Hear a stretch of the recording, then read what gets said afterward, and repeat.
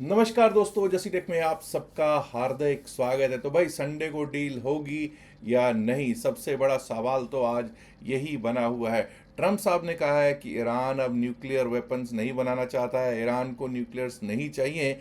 और संडे को यानी कि आज के दिन ईरान यूएस के साथ डील साइन कर रहा है। वहीं अगर ईरान की बात की जाए तो ईरान के जो फॉरेन मिनिस्ट्री के स्पोक्स पर्सन हैं एस्माइल बाकाई साहब कहते हैं कि ऐसी कोई डील की अभी तक कोई संभावना नहीं है। ऐसा वो कहते हैं memorandum of understanding, Islamabad memorandum of understanding जिसको कहते हैं, कि इस्लामाबाद मेमोरेंडम ऑफ अंडरस्टैंडिंग के सिग्नेचर्स होने की कोई संभावना है कम से कम संडे को तो नहीं है। और अगर ऐसा कोई भी पोटेंशियल एग्रीमेंट या कोई मेमोरेंडम बनता है, वो आगे होने वाले एग्रीमेंट के लिए एक फ्रेमवर्क ही होगा, सिर्फ एक बेसिस फॉर्म करेगा और एक फ्रेमवर्क होगा। और ये फाइनल एग्रीमेंट नहीं होगा, जैसा कि यूएस और ट्रम्प, यूएस तो बेचारा कुछ कही, यूएस तो देश तो कुछ कही नहीं रहा, उसका प्रेसिडेंट ही हर रोज कुछ ना कुछ बयान दागता रहता है। तो जो ट्रम्प साहब कह रहे हैं ऐसा कुछ होने की संभावना नहीं है। अब हम लोगों को पता है कि भाई ट्रम्प साहब ने एक तरह से अमेरिका का और खुद का अपना जितना मजाक बनवा लिया है, उसकी तो कोई हद है ही नहीं। आप कभी भी कुछ कह देते हैं कि बस डील अभी हुई, डील होते होते रुक जाती है आपकी। क्यों भाई? क्योंकि आप बेमतलब, बेसिकली तो कई लोग तो मेरे को ये कहते हैं कि भाई वो ट्रेडर है और वो अपनी पोजीशंस को सेट करता है, उसके बाद कुछ भी बयान दागता है। हालांकि उस लेवल पर ऐसी चीज़ें होना, मतलब ठीक है हो सकता है, लेकिन मुझे नहीं लगता कि ऐसी चीज़ वो करेंगे। कोई भी प्रेसिडेंट ऐसी चीज़ करेगा शायद उसकी संभावनाएं कम है। लेकिन लोग हैं, लोगों को क्या कह सकते हैं। लोग तो कहते हैं कि भाई कि जो उनके जो वॉर रूम है, वहाँ पर वॉर रूम में, यूएस वॉर रूम में ट्रम्प साहब के साथ ट्रेडर्स बैठते हैं ज़्यादा, बल्कि वॉर एक्सपर्ट से ज़्यादा वहाँ पे ट्रेडर्स बैठे हुए हैं। तो अब हर किसी की अपनी अपनी राय है। लेकिन अभी तक का मसला ये है कि ट्रम्प साहब जो कह रहे थे कि मैं 2 घंटे में, 2 दिन में, 2 हफ्ते में ख़त्म कर दूंगा ईरान वाली जो वॉर है, मैं वेनेजुएला में जो किया मैंने वही यहाँ पर भी कर दूंगा, अभी तक उसकी कोई संभावनाएं होती हुई दिखाई नहीं पड़ रही हैं। चलिए अब देखते हैं मार्केट में क्या स्थितियां बनी हुई हैं और मार्केट आगे कैसे चल सकती है। फ्राइडे को हमने बहुत अच्छी तेजी देखी थी, शुक्रवार को हमने बहुत अच्छी तेजी देखी थी। और आइए क्या हम देखते हैं कि क्या वो रिफ्लेक्ट करती है एफआईआईज के डेटा में भी। एफआईआईज और डीआईआईज का अगर डेटा देखा जाए तो एफआईआईज ने कुछ हल्की की है शुक्रवार को सेलिंग। हालांकि वो नेट सेल में ही बैठे हुए हैं, 1082.18 करोड़ के, 1082.18 करोड़ के नेट सेल में ही बैठे हुए दिखाई दे रहे हैं। वहीं अगर डीआईआईज, घरेलू संस्थागत निवेशकों की बात की जाए, डीआईआईज ने 5341.29 करोड़, 5341.29 करोड़ के कैश में नेट बाय में बैठे हुए दिख रहे हैं। अब अगर मैं बात करूं कि डेरिवेटिव्स के स्टैटिस्टिक्स क्या कहते हैं, एफआईआईज के डेरिवेटिव्स के स्टैटिस्टिक्स, तो साहब बैंक निफ्टी के फ्यूचर्स को एफआईआईज बाय करके गए हैं, फिन निफ्टी के फ्यूचर्स में भी ये बाय ही करके गए हैं। मिड कैप निफ्टी के फ्यूचर्स में ज़रूर कुछ सेलिंग की है, लेकिन दोस्तों निफ्टी 50 के फ्यूचर में इन्होंने भर भर के बाइंग की दिखाई दे रही है। चलिए दोस्तों अब जरा देख लेते हैं कि निफ्टी 50 का क्या सिनेरियो है। निफ्टी 50 हमारा 461 पॉइंट्स प्लस में लगभग 2% ऊपर क्लोज हुआ है। और दोस्तों हमारी मार्केट बहुत ज़्यादा कमज़ोर बनी हुई थी, लेकिन 9 डेमा और 20 डेमा जो सबसे नीचे डेमास थे, उनके ऊपर जाके शुक्रवार को मार्केट ने क्लोजिंग ज़रूर दे दी है। अब हमारे लिए 50 डेमा, 50 डेमा का बड़ा रेजिस्टेंस दिखाई दे रहा है। 50 डेमा का रेजिस्टेंस कम है 23,769, 23,770 के आसपास हमारा बड़ा रेजिस्टेंस दिखाई दे रहा है। चलिए अब देखते हैं कि क्या स्थितियां हो सकती हैं। इसके साथ साथ ये भी जान लीजिए कि अगर हम देखें ऑप्शन चेन की तरफ जाएं, अगर हम ऑप्शन चेन देखने की कोशिश करते हैं तो हमको देखने को प्राप्त हो रहा है कि ऑप्शन चेन में अगर हम देखेंगे तो 23,500, 23,500 पे जबरदस्त सपोर्ट बन गया है। 23,500 अब हमारे लिए सपोर्ट का काम करेगा। और तो और 23,600 पर भी अच्छी खासी पुट राइटिंग हो गई है। और जब आप दूसरी साइड कॉल राइटर्स का साइड देखते हैं तो कहाँ 23,200, 23,100 पर भी कॉल राइटिंग होती थी शुक्रवार तक। लेकिन शुक्रवार को अगर आप देखोगे तो सब कॉल राइटर्स जितने थे वहाँ से उड़ के चले गए। चेंज इन ओआई देखिए किस तरह से वहाँ से अनवाइंडिंग हुई है। 23,200 से देखिए किस तरह से अनवाइंडिंग हुई है। 23,500 का भी कॉल राइटर अनवाइंड करके चला गया है। और तो और सबसे ज़्यादा कॉल राइटिंग जो थी, जो कॉल राइटर्स अनवाइंड करके गए हैं वो कहाँ से गए हैं? 23,200 के बाद अगर कहीं से ज़्यादा कॉल राइटर्स अनवाइंड करके गए हैं तो वो 23,500 और 23,600 से अनवाइंड करके गए हैं। तो ये तो सब कुछ भाई पॉजिटिव ही दिखा रहा था। और अभी हमने जो एफआईआईस का डेटा देखा वो भी काफ़ी हद तक पॉजिटिवनेस दिखा रहा था। लेकिन दोस्तों मार्केट है, लेवल्स पर चलती है। आइए बात करते हैं कि किस तरह से निफ्टी 50 चल सकता है। 23,645, 23,645 का हाई लगा था आपका शुक्रवार वाले दिन। इसके ऊपर अगर हम चलेंगे, टिकेंगे, टिकेंगे वर्ड है, तभी अपसाइड के बारे में सोचेंगे। पहला लेवल आ सकता है 23,700 से 708, 23,700, 708। हालांकि अभी हमने जैसे डेटा देखा तो 23,700 पर भी कोई बहुत खास कॉल राइटिंग हो रखी है और नहीं दिखाई दे रही है।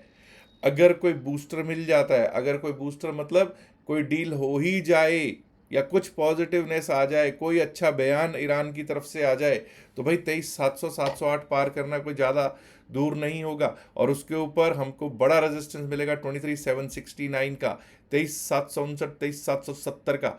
बट रिमेंबर कि अगर कोई अच्छी न्यूज़ आती है तो इसको पार करना भी कोई बड़ी बात नहीं रहेगा। और कोई अतिशयोक्ति नहीं होगा कि यहाँ से बुल्स अपने हाथ में पारी की कमान संभाल लेंगे।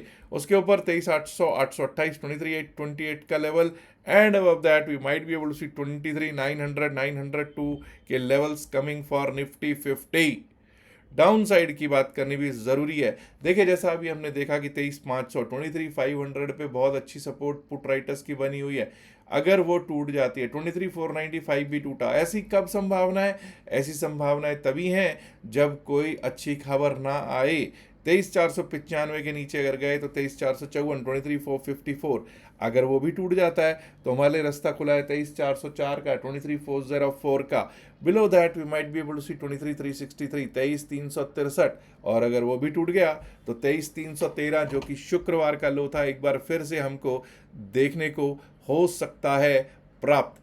आइए अब बैंक निफ्टी की तरफ बढ़ते हैं और देखते हैं कि बैंक निफ्टी की क्या हालात है, क्या स्थितियां हैं। देखिए बैंक निफ्टी 1638 पॉइंट प्लस में क्लोज हुआ। 3% जो तेजी थी वो प्रमुखता से जो अगर देखूं तो वो यहीं से आ रही थी। प्रमुख तेजी, मुख्य तेजी जो थी वो बैंकिंग सेक्टर ही दे रहा था। और हो भी क्यों ना भाई, सबसे बड़ा सेक्टर यही तो है। 56,867, 56,867 पिछले दिन का शुक्रवार का हाई है। जब तक इसके ऊपर चलेंगे नहीं, टिकेंगे नहीं, अपसाइड के बारे में सोचेंगे नहीं। इसके ऊपर हमारा लेवल है 57,000, 57,004। ये लेवल एक साइकोलॉजिकल रेजिस्टेंस है। और अगर इसको पार कर गए तो 57,116 का लेवल है, 57,116, 57,286, 57,286। और वो भी पार हुआ तो 57,455 से 57,500, 57,455 टू 57,500 तक के लेवल्स देखने को हो सकते हैं प्राप्त। डाउन साइड पे 56,500, 56,496, 56,500 अगर टूटता है, यानी कि जहां पे हम बैठे हुए हैं वहां से 314, 315 पॉइंट्स नीचे, 315, 320 पॉइंट्स नीचे 56,495, 496 के नीचे गए तो 56,313, 56,313, 56,313। और अगर वो भी टूट गया 56,139, 56,139, 56,032, 56,000, 56,032। और अगर उसके नीचे गए तो 55,858, 55,858। एंड अगर वो भी टूट गया तो भाई पिछले दिन का low that is 55,726, low of Friday 55,726 भी दिखाई पड़ सकता है दोस्तों। अब दोस्तों हम चलेंगे और देखेंगे कि किस तरह की स्थितियां बैठी हुई हैं बीएसई सेंसेक्स पे भी। जब बीएसई सेंसेक्स की बात करते हैं तो ये रही साहब आपकी स्थितियां। 75,608, 75,608 वॉज दी हाई, 75,608 का जो हाई है पिछले दिन का, उसके ऊपर अगर हम चलना स्टार्ट करेंगे, टिकना स्टार्ट करेंगे, तभी अपसाइड के बारे में सोचेंगे। 75,757 के लिए, 75,757 के लिए इसके ऊपर देखने को मिल सकता है जी। और अगर वो पार हुआ तो 75,986 टू 76,000, 75,986 से 76,000 के लेवल्स भी दिख सकते हैं। And above that we might be able to see 76,145, 76,145। अब दोस्तों लोग कहेंगे कि साहब अगर हम निफ्टी 50 को देखें, अगर सेंसेक्स को देखें, अगर टोटल मार्केट को देखें, तो फ्राइडे वाले दिन कोई रिलायंस इंडस्ट्रीज लिमिटेड, कोई एचडीएफसी बैंक, कोई आईसीआईसीआई बैंक, कोई बड़े जो टॉप 5-6 जो टॉप 10 स्टॉक्स थे, उनमें से मेजरली अच्छे खासे ग्रीन में थे, जो कि मार्केट को पुश दे रहे थे।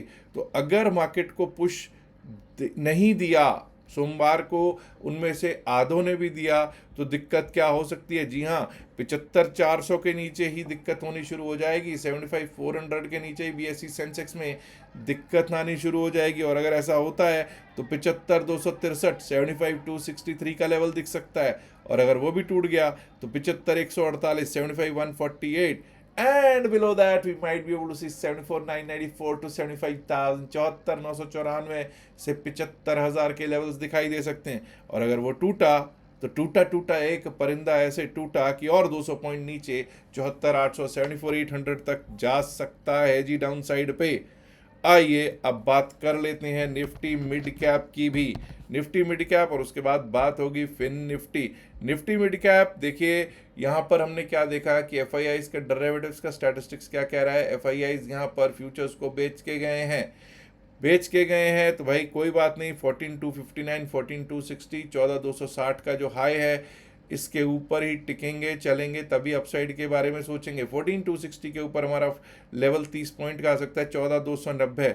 अब कहानी यहाँ से शुरू होगी जी। 14,290 अगर क्रॉस कर गए तो 14,338, 14,338, और अगर वो भी क्रॉस किया, उसको भी लांग दिया, तो 14,387, 14,387 on the down side. Now look at the down side. 14,150 अगर टूटता है, 14,150 अगर टूटा, तो 14,116 के आसपास एक सपोर्ट नजर जरूर आती हुई दिखाई दे रही है। 14,116 के नीचे ये सपोर्ट दिख रही है, माफ कीजिए, 14,104 की सपोर्ट दिख रही है। 14,104 की सपोर्ट दिखाई दे रही है। और अगर वो भी टूट जाता है तो 14,055, 14,055 से पहले कहीं कोई सपोर्ट नजर नहीं आ रही जी, बिल्कुल। और अगर वो भी टूट गया तो 14,011, 14,011, and below that we might be able to see Friday का लो 13,981, जो शुक्रवार का लो है, वो भी दिख जा सकता है दोस्तों। अब बात कर लेते हैं Fin Nifty. Nifty financial services index, Nifty financial services index 25,962, जो कि शुक्रवार का हाई था। जब तक इसके ऊपर चलेंगे नहीं, टिकेंगे नहीं, अपसाइड के बारे में सोचना सही नहीं होगा। उसके ऊपर लेवल आ सकता है 26,022, 26,022 का। और अगर वो भी क्रॉस कर गए तो 26,100, 26,182, 26,100, and we might be able to see 26,182।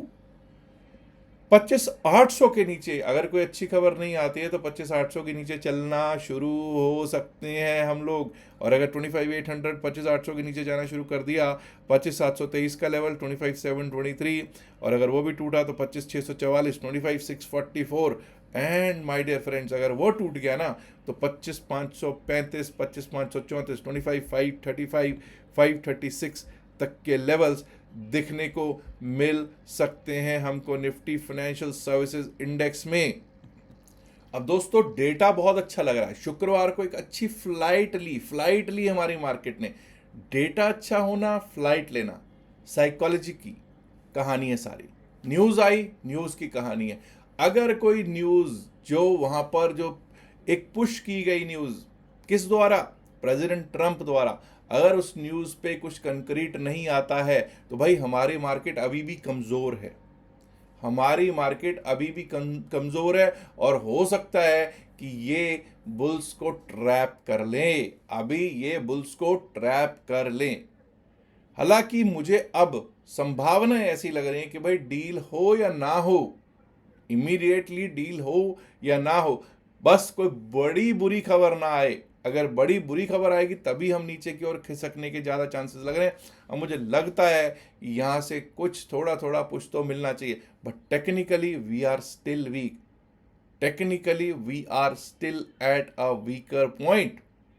देखेंगे अब क्या होता है। अच्छा, एक और चीज़ है, अगर आप ऊपर टॉप पे देख रहे होगे एक आपको क्यूआर कोड दिखाई दे रहा होगा, इस क्यूआर कोड से आप अपना क्रिप्टो करेंसी का डेल्टा एक्सचेंज में अकाउंट खोल सकते हैं और लाभ प्राप्त कर सकते हैं। हमारे व्हाट्सएप ग्रुप में एंट्री ले सकते हैं इसका, और 2 दिन का आपका क्रिप्टो करेंसी के ऊपर जो क्लास है उसका भी लाभ प्राप्त कर सकते हैं।